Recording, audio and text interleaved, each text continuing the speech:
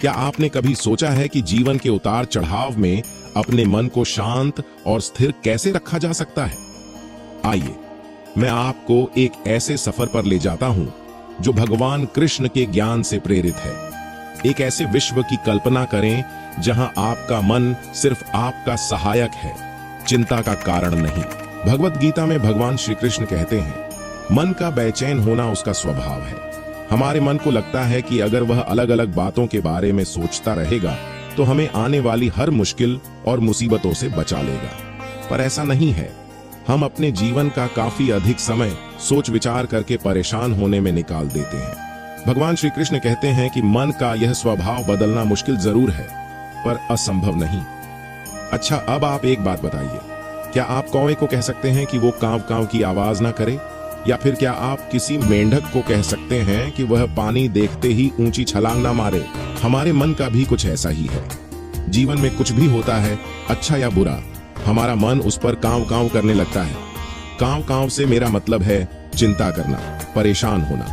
कोई बुरी बात होती भी नहीं है और मन परेशानी की ऊंची ऊंची लपटें लेने लगता है। कभी कभी तो मुझे ऐसा लगता है कि हम में से कई लोग सिर्फ परेशान होने के लिए ही जीते हैं। भगवान श्री कृष्ण ने हमें हमारे मन को शांत और स्थिर करने के लिए 2 उपाय दिए हैं।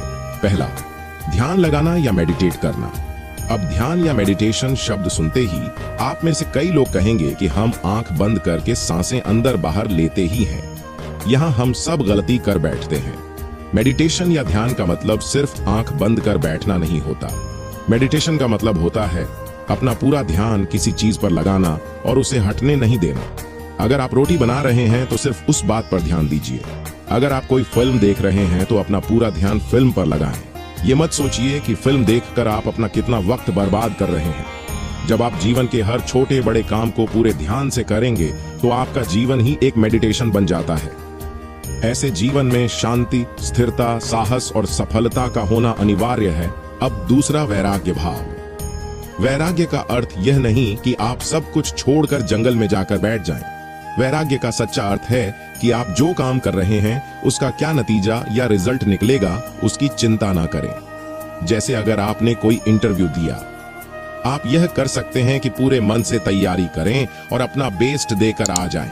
वह नौकरी मिलना या ना मिलना आपके हाथ में नहीं है। तो जिस चीज के बारे में आप कुछ कर नहीं सकते उसके बारे में चिंता भी ना करें। यही वैराग्य का सच्चा मतलब होता है और यही है भगवान श्री कृष्ण का दूसरा उपाय, मन को चिंता की लपटों से बचाने का। याद रखिए, आप पूरे के पूरे इंसान हैं, समझदारी और संयम से भरे इंसान।